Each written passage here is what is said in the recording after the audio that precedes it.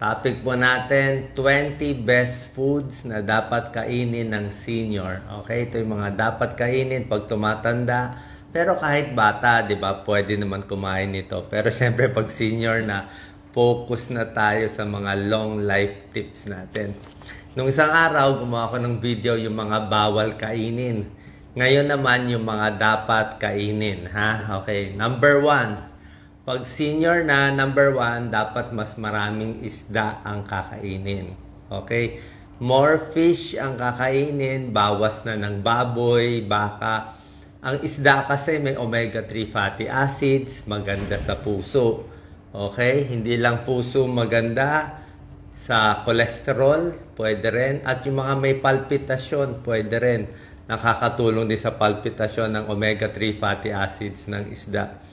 Kahit anong isda, pwedeng sardinas, pwedeng tuna, pwedeng bangus, yung may pera, pwedeng salmon, lahat to may tulong. Number 2, pwede kumain ng manok. Okay?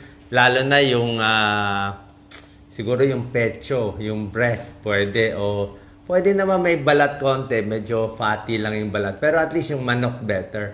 Pero ang gusto natin sa manok, wag naman fried chicken lagi. Kasi kung fried chicken na may breading, mamantika pa rin. Maganda sa manok yung mga roasted, inasal o nilagang manok. Pwede rin yan, nasabaw. Bukod sa manok, yung mga ibang healthy, yung mga turkey, yung mga low sodium. Ang maganda sa chicken kasi may protina. Pampalakas ng muscle, pagbigay ng energy. Pwede yan sa may edad. Number 3. Pwede ang mga tofu, mga tokwa, okay lang yan. Kasi mga tofu, tokwa, protein yan eh. May protein din siya eh. Imbis na puro baboy, baka kinakain, yung tokwa and tofu, yan ang mga veggie meat eh, protein replacement. Less fat pa yan. Number 4, magugustuhan nyo to, itlog. Okay, kahit senior pwede itlog. Pero syempre sa itlog, mas gusto natin egg white. Okay? Ang mga doktor, ang basta may sakit sa katawan, may liver problem, egg white. Puro egg white ang binibigay. Bakit egg white? Mataas sa protein ng egg white. Okay? Tsaka ang itlog, actually pwede rin naman yung egg yolk eh. Kahit medyo mataas sa cholesterol. Ang recommended siguro hanggang 1 egg in a day pwede. Isang itlog sa isang araw. Kung bibilangin mo sa isang linggo, mga 7 itlog, 7 eggs in a week yan. Kahit may konting sakit sa puso, pwede na yan. 1 egg a day lang naman. Depende rin sa luto, imbis na fried egg, pwede rin naman hard-boiled egg. Diba? Wag lang yung medyo malasado. Ayaw natin yung pag malasado kasi baka mamaya may bacteria, may salmonella. Mas luto konti yung gitna. Pwede. So itlog, napakaganda. Mataas sa protina. Ang itlog may vitamin D. Vitamin D is as in dog. Bira lang yung may vitamin D na pagkain. Meron ding choline. Ang choline para sa utak nasa itlog din. So, mura pa ang itlog, di ba? So, kompleto siya. Pag wala kayong pera, pambili ng mga mamahaling karne, itlog na lang pwede yan, pampalakas. Number 5, pwede kumain ng mani. Kasoy, peanut, walnut, almond, kasoy, lahat yan pwede. Basta yung mani, merong mga binibenta ngayon yung mga unsalted eh. Yung walang asin, walang mantika, mani lang. Yun talaga maganda. Tapos, mga 30 grams lang, mga konti lang, isang dakot lang ganyang maliit lang. Pwede na yan for the day. Ang maganda sa mani, talagang concentrated siya. Punong-puno siya ng minerals, ng protein, marami siyang sustansya. Yung mani na walang asin, walang mantika, okay din yan sa puso, okay din sa cholesterol, pati sa diabetes, nakaka-prevent din yan. So maganda yan. Kahit buto ng kalabasa, maganda rin yung buto ng kalabasa, basta konti lang. Ang babantay lang natin sa mani, wag lang yung luma o baka yung sira na, kasi pag nainitan, ayaw natin. Meron kasing nagmo-molds nag-aamag, ayaw natin yun. Number 6, pwede nyo kainin strawberry. Sa mga prutas, sa Baguio, mura ang strawberry. Napakaganda ng strawberry kasi Ang strawberry and other berries, wala tayong ibang berries dito, yung mga blueberry, cranberry. Pero ang strawberry, anti-cancer siya. May anti-cancer property, may antioxidant ang strawberry, may fiber, may vitamin C, at mababa siya sa calories. Like sa Baguio, pag ang strawberry doon, hindi mo nalalagyan, matamis na siya. Yun talaga healthy. Number 7, pwede mo kainin ito, pampahaba ng buhay. Mansanas apple. Okay? Apple, very healthy. Kaya nga sinabi, an apple a day keeps the doctor away. Mansanas, bakit? Low calorie. Kung gusto mo ng pampapayat na prutas, mansanas. Para sa diabetes, mansanas din. Ang baba ng glycemic index ng mansanas. Pag gutom ka, magmansanas ka. Pag stress ka, amuyin mo lang yung apple. Apple smell, apple scent, pamparelax. Pag nagpa-panic attack, mag-amoy ng apple. Apple, nakakabusog. Isang apple, 100 calories din lang siya. So, maganda siya. Pears, pwede rin. Apple, tapos yung balat ng apple, hugasan lang maigi. Pwede mo kainin konti nung balat. Kasi nasa balat yung fiber, yung pectin. Good for digestion, anti-inflammation, good for the heart. Ang baba lang ng sugar niya. So, hindi ko sinasabi apple juice. Apple juice, matamis na yon, may asukal na yun. Apple mismo. Diba? Actually, saging din pwede. Pero yung saging, wag lang masyadong marami. Mga 1 to 2 bananas lang. Tapos, wag din yung overripe. Wag din yung sobrang tamis. So, konti lang ang prutas kasi naman okay. Apple, pears, saging. Oranges, pwede rin. Yung mga natin, citrus fruits. Orange, dalandan, suha, lemon, calamansi. Kaya lang, pag ginawa mong calamansi juice, lalagyan pa asukal, matamis. Pero orange mismo, dalandan, pongkam, maganda yan. Vitamin C, super ganda. Bibili ka pa nga ng tablet ng vitamin C. Ito, kakain ka na lang ng orange, parang uminom ka na ng 1 tablet ng vitamin C. Ang taas ng vitamin C ng orange mismo, lalo na may pulp, yung balat, pag kinain mo, may fiber yon, maganda. Yung fiber ng mga prutas, pampababa ng cholesterol.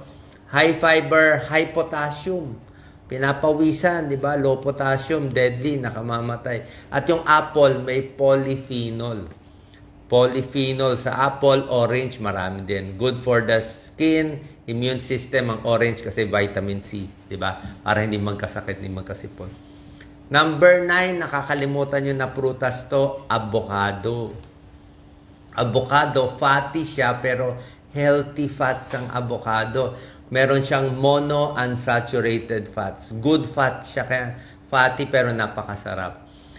Para makain, siguro konting-konting asukal lang. Konting-konting matamis lang. Pero avocado mismo, maganda. Although high calorie siya. High calorie pero very healthy yan. Maganda sa puso, vitamin, minerals, good fats. Monounsaturated fat. Hindi ko sinabi itong mga pagkain only na lahat kakainin mo. Avocado siguro isang slice. Okay na yan. Number 10, ito ang dapat mong araw-arawin. Number 10, ito, pampahaba ng buhay. Itong number 10, green leafy vegetables. Lahat ng gulay, lahat ng talbos, 'di ba? Meron tayo. Marami kahit yung sa ampalaya, kangkong, spinach, 'di ba? Meron naman mga mura diyan, broccoli, pechay, pwede na pechay. O kung gusto mo spinach, may iba lettuce, pang mayaman, mga kale, 'di ba? So, lahat ng green leafy vegetable, nakita nila, pag kumain ka ng gulay, dapat sang araw 2 tasa. 2 tasa sa ordinaryong tao. Kung malaking tao ka, lalaki, 3 tasa. 3 tasang gulay every day. Wag lang mamantika, wag mo na lagyan ng maraming taba na sahog. Basta gulay lang, lagyan mo bawang, kamatis, sibuyas, okay na yon. So, green leafy vegetables, pampahaba ng buhay. Green leafy vegetables sa pag-aaral, bawas cancer. Halos lahat ng cancer nababawasan niya. Cancer sa bituka, cancer sa tiyan, cancer lahat. Kung marami kang bisyo, naninigarilyo, uminom ng alak, kumain ka maraming gulay, baka makontra konti. ang bad effects ng sigarilyo at alak. Green leafy vegetables, pampapayat. Busog ka pampapayat. At pampababa ng diabetes. Hindi ka magkaka-diabetes kasi ang green leafy vegetables, siya siguro ang number 1 na pagkain pang diabetes. Bakit siya number 1 sa diabetes? Ang mga gulay, pechay, ampalaya, ganyan. Pati okra. Diba sa diabetes, ampalaya and okra may tulong Ampalaya may component siya na para di sa diabetes, may special component siya. So, bakit siya number 1 sa diabetes? Number 1 na magandang green leafy vegetables kasi mababa ang glycemic index niya. Glycemic index, ito yung number na nagsasabi gaano kabilis ma-absorb ang sugar sa katawan para tumaas yung blood sugar mo. So, pag ang glycemic index mo 100, sobra taas yan. Glycemic index mo 15, maganda yan. 50 sa gitna, balance lang yon. Ang gulay, ang pinakamababa, isa sa pinakamababa, 15 lang ang glycemic. So, kahit ang dami mo kainin gulay, hindi tataas blood sugar mo. Ang pampataas talaga yung mga kanin, soft drinks, tinapay, donut, yun talaga, shoot up ka agad. Number 11, broccoli, cauliflower. Oo, bakit mahal ang broccoli? Cauliflower, a little less, no?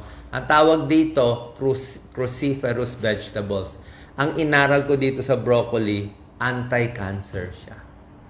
Top siya. Parang mga superfoods to na pang anti-cancer. Strawberry, broccoli, yan talaga. May mga pag-aaral sa Amerika yan. Department of Agriculture. Less cancer. Kaya pag nakakita kayo ng broccoli o strawberry, kainin nyo. Kasi anti-cancer yan. Oo. Medyo mahal lang nga. Diba? Fiber, vitamins, antioxidants. Number 12, magandang kainin sa senior. Actually, sa lahat ng tao to, hindi naman pang senior Pero sa senior kasi, dapat ito ka na kasi. Kasi gusto mo na mababuhay mo Pero pag teenager ka, gusto mo pa kumain, gusto mo pa magbara konti yung ugat mo, di pwede ka muna lahat ng gusto mong fast food. Pero kung bata ka pa, gusto mo na rin healthy, okay na to. Number 12, carrots. Ako nga, almost every day uminom ako carrot. Carrot juice, carrots. Bakit maganda ang carrots? Kita mo naman yung kulay ng carrots. Very orange. Ang ganda ng kulay ng carrots.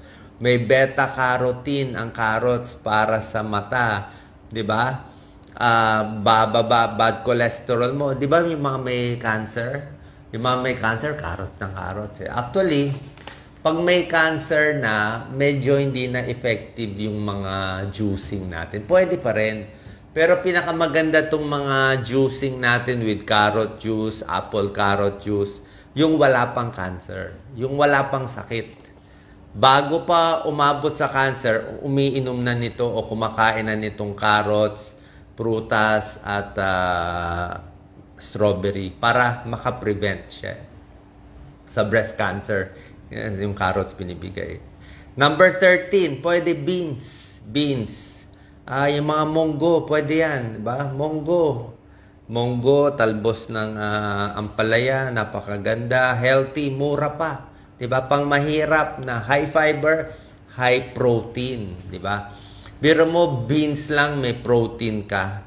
Diba? Na hindi ka na kailangan kumain ng baboy, baka. So, vegetable protein, may vitamins. So, beans, munggo, pwede. Kahit may arthritis, wag matakot, 1 cup lang, pwede yan, beans. Number 14, sweet potato, kamote, di ba? Bakit natin sinasabi pag bagsak sa school kamote? Hindi, maganda ang kamote. Ang kamote, kita mo ang kulay niya, yellow, di ba? Minsan may pagka-orange ang kamote. Ang ginawa ng Diyos, basta makulay, masustansya. Makulay yung kamote, yung carrots, makulay. Pwede yan. May fiber, may vitamins. Maganda sa digestion, maganda sa baga ang kamote. Good for the lungs. Number 15, superfood din to, kamatis. Ako, kamatis. Sobrang health. Kamatis, di ba? Bakit? Antioxidant, lycopene. Di ba? Sa ketchup. Ang problema ko lang sa ketchup, ang problema sa ketchup kasi maalat Very salty. Kaya yung mga may kidney problem, bawal ang ketchup. Maalat siya, hindi mo lang alam. Ang daming salt, minsan pa may sweet blend, maraming sugar. Oh, pero healthy naman, pero mas healthy yung kamatis mismo. Pag tomato sauce kasi nahaluan na ng mga dagdag. Pero yung kamatis mismo, lagyan mo ng konting mga sibuyas, lagyan mo konting asukal, konting patis, konti-konti lang. Yan favorite natin yung kamatis eh. Hindi pwede maraming patis. Kamatis para sa puso, lycopene, antioxidant, diba? Carrots, kamatis sa mata, maganda rin. Okay, huwag kakalimutan to. Number 16, whole grain. Yung mga high fiber, mga oatmeal. Pampababa ng cholesterol, oatmeal. Brown rice, pwede naman white rice gusto mo. Wheat bread, pwede mo white bread. Minsan kasi hindi tayo sanay sa brown rice, wheat bread. Mais, konti-konti, pwede naman. Oo. Pero itong mga whole grain, brown rice, wheat bread, oatmeal, pwede sa cholesterol, pambababa ng diabetes. Yan, yung mga may tulong dyan. Number 17, low-fat milk. Kung gatas, low-fat na lang. Diba? Kasi healthy ang gatas eh. Pero kung takot ka tumaba, doon na tayo sa low-fat, lalo na pag senior na tayo.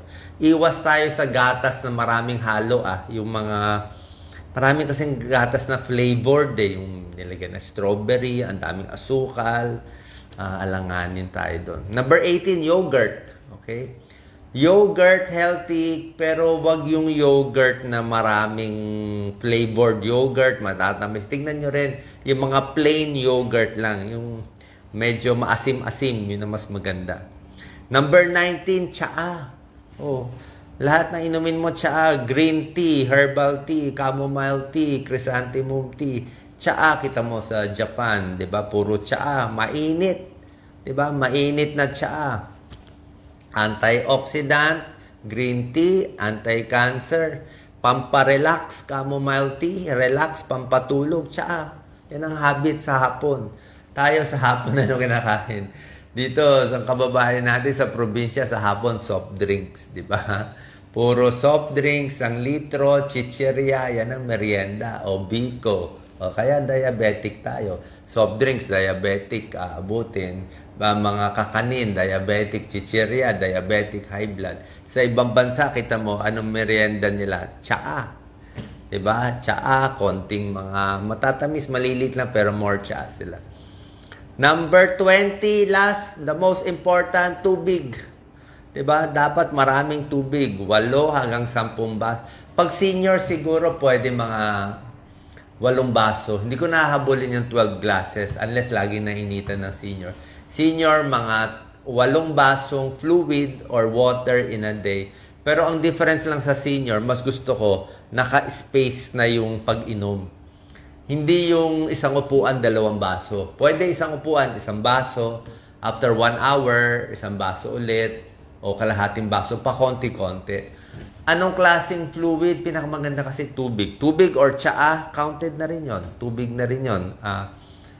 Pag ginawa mong kape, black coffee. Pag ginawa mong buko, hindi ko sinama buko eh. Buko healthy, kailan nakakataba eh. Kasi siyempre senior kasi marami sa senior tumataba. Ang problema natin sa senior, dapat talaga bawas calorie. Ayaw mo tumaba ang senior kasi siyempre senior masakit na ang buto, may arthritis na, mahina na. So ayaw natin yon. So ito yung mga healthy foods na kita nyo ang dami pwede kainin. Yan, isda, gulay, tofu, itlog, mani, strawberry, apple, orange, lahat ng klaseng gulay, broccoli, carrot, kamote, kamatis, 'di ba? Yogurt, tsaa. So ano yung bawal? Okay? Yung bawal, alam niyo na yung bawal, lahat ng maalat, bawal. Sobrang tamis, 'di ba? Wala akong binanggit na cake, wala akong binanggit na pastry o croissant, wala akong binanggit na mga cookie, na mga matatamis. Wala akong binanggit na taba ng baboy o pork chop. Wala akong binanggit na alcohol. Lahat ng mga bad Alcohol, sobrang kape. Kape pwede siguro 2 cups. Wag lang naman 6 cups. Bawal ang hilaw Hilaw bawal. Ayan, bawal ang hilaw na karne, basta may dugo-dugo, lutuin nyo, hiwain nyo. Bawal ang may dugo-dugo, lalo na sa senior. Kasi pag ang senior nagtae, delikado. Pag kayo 30 years old nagtae, mabubuhay naman kayo. Pero pag senior nagtae, delikado. Baka maubusan ng tubig sa katawan. Mas mahina kasi katawan. Bawal din yung madidikit sa senior, madidikit. So bago pala kumain, inom muna ng 2 lagok ng tubig. Very important. Senior, mahirap na lumunok. Senior, madalas na masamid. Bakit? Umihina dito eh. Mahina. Ang senior, mas konti ang laway. Mas konti ang laway ng senior. Kaya kita mo laging dry mouth. Kasi nga, tumatanda eh. So, dapat inom muna 1-2 basong tubig. Lagok muna para madulas dito bago kumain ng madidikit. Kasi baka magbara. Tsaka pagkain, mas maliliit ang hiwa. Ha? Mas dahan-dahan. Hindi pwede lalamon ng marami. Hindi na tayo bata. Kakain ka ng marami. Baka mabangungot tayo. Okay? Yung mga spicy, masyado, iwas na. Mamantika, mas spicy, yan yung mga pambatang pagkain, iwas na. Doon na tayo sa mga lugaw-lugaw, sabaw-sabaw, mas healthy na kakainin. Diba? Parang sa Japan. Tapos pa konti-konti lang. Okay? Sana po nakatulong to. Yung mga dapat kainin ng senior, at nabanggit ko rin konti, meron akong another video na gawa na nung isang araw, yung mga bawal kainin ng senior. Salamat po. God bless.